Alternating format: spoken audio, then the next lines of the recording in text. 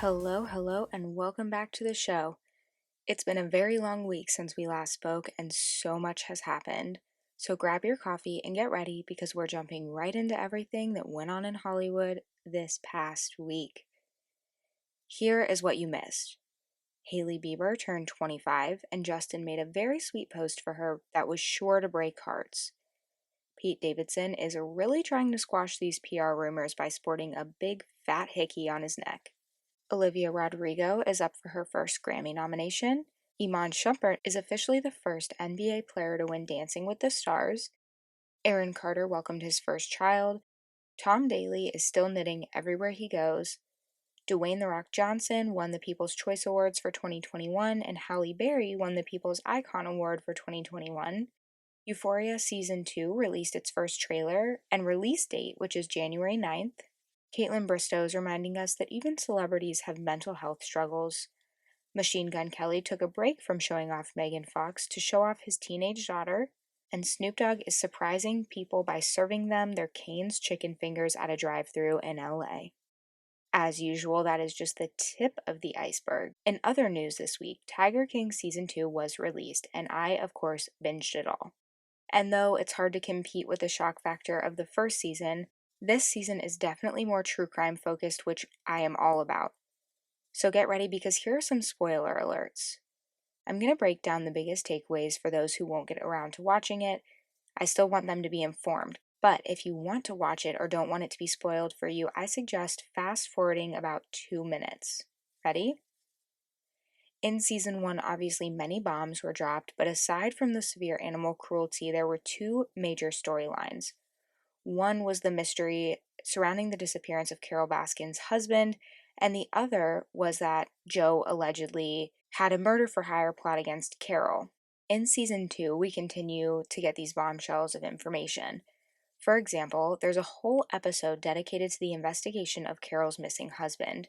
We hear her journal entries and first-hand accounts from people who were helping her husband launder money. We also hear from the notary who supposedly was the witness that signed over all of Dawn's assets to Carol the day that he disappeared. And get this, the notary says she never signed those documents. She claims they were forged.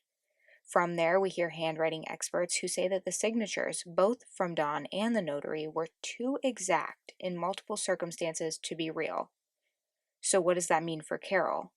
We also hear from Joe's ex, Dylan Passage, who's since broken up with Joe, found new love, and is selling merch off of his newfound fame. In this season, we see Tim Stark, who's a main player in Season 1 as Jeff Lowe's partner, get all of his animals and his zoo taken away by police, and now he awaits trial. This comes after he let many of his animals die and only offered them unsafe living conditions. It's actually really sad. As far as Joe goes, well, he's still in jail, but that might not be for long because the main explosion in this season comes in the last two episodes, when Alan Glover, the man that Jeff says Joe hired to kill Carol Baskins, comes to the police himself and says that actually Jeff hired him to kill Joe.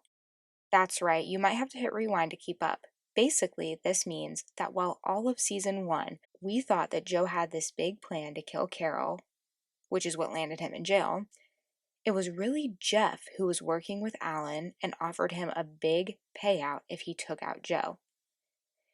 And he corroborated this by telling the police what their plan was and showing major evidence.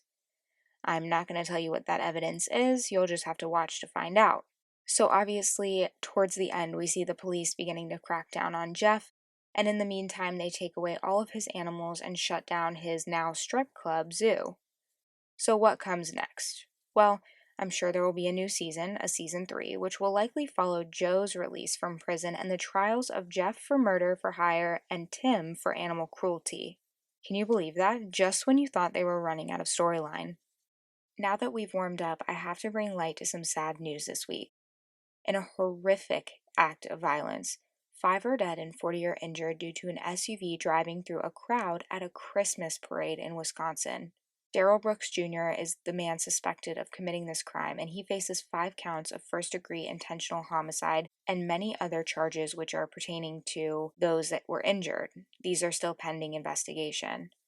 Now, this story does get worse, unfortunately, because in a regretful act on behalf of the police, Brooks was actually released from jail just 2 weeks prior to this on a domestic abuse case for $1,000 bond, which is extremely low for any charge and is honestly unacceptable. Just before he committed this act, he was in another domestic dispute.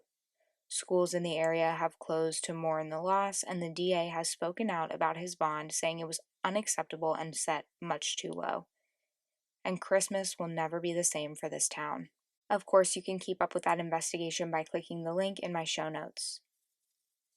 And I'm not sure how listeners will feel about this next headline, but I obviously have to report that Brian Laundrie's autopsy has come back. As we know, the 23-year-old was the only person of interest in the disappearance and murder of his ex-girlfriend, Gabby Petito. For a long time, there was speculation that he was hiding out following the news breaking. When his remains were identified, many thought he likely died from starvation or the elements in the park. However, his autopsy revealed that he died from a self-inflicted gunshot wound to the head. His parents, who saw him come home without Gabby and let him leave again without telling police his location, have not given a statement. Gabby's parents have also not made a statement due to the ongoing investigation. Though we found both Brian and Gabby in this case, it's not yet over. And we might continue to hear about it as new things develop, but I'm very interested to hear what the parents knew. Of course, you can read all about this by clicking the link in my show notes. There's much more on the autopsy there. Speaking of legal proceedings, 12 people have officially been charged in the robbing of Kim Kardashian, which took place over 5 years ago. During this, she was held at gunpoint and over $10 million worth of items were stolen. Right now, all we really know is what was reported by People magazine, which is this, quote, "The defendants will be tried for robbery with a weapon committed in an organized gang, kidnapping and forcible confinement, or criminal association, according to the source." Prosecutors have not yet identified who was charged and for which alleged crime. But I would put a lot of money on us hearing much more about this case as the trial starts.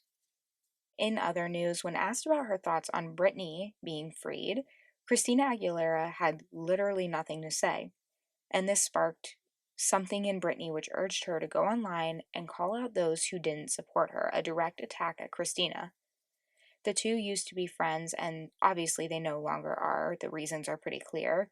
But sources close to them say Christina is surprised by the shade and hopes to privately chat with Britney to squash whatever it is that's going on. And hopefully so, because now that she has her voice back, I don't think you want to be in her line of fire.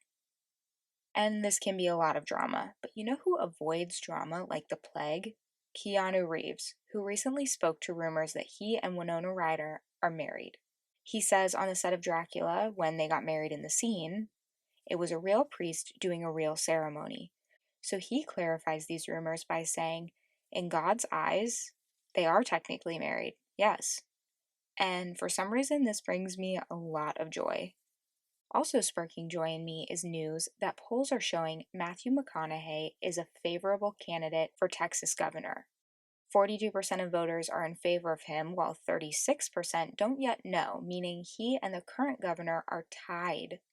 This means a lot because though he's not committed to a political party, he does have opinions that will likely resonate with many Texas voters without being too far one way. So I can't wait to see what happens here. He honestly might enact a lot of amazing change. Lastly, the good news I have for this week is that Kevin Spacey is ordered to pay $31 million to the House of Cards producer for violating their harassment policy. That's really all I have to say on that. Take this as a lesson that what you put out into the universe will come back to you one way or another. That's it for this week's headlines. Don't forget you can read more on each by clicking the link in my show notes. If you see any headlines you want covered or have thoughts on this week's, DM me on Instagram at MeganTheMorningPodcast. And I'll be back next week to catch you up on the latest pop culture news.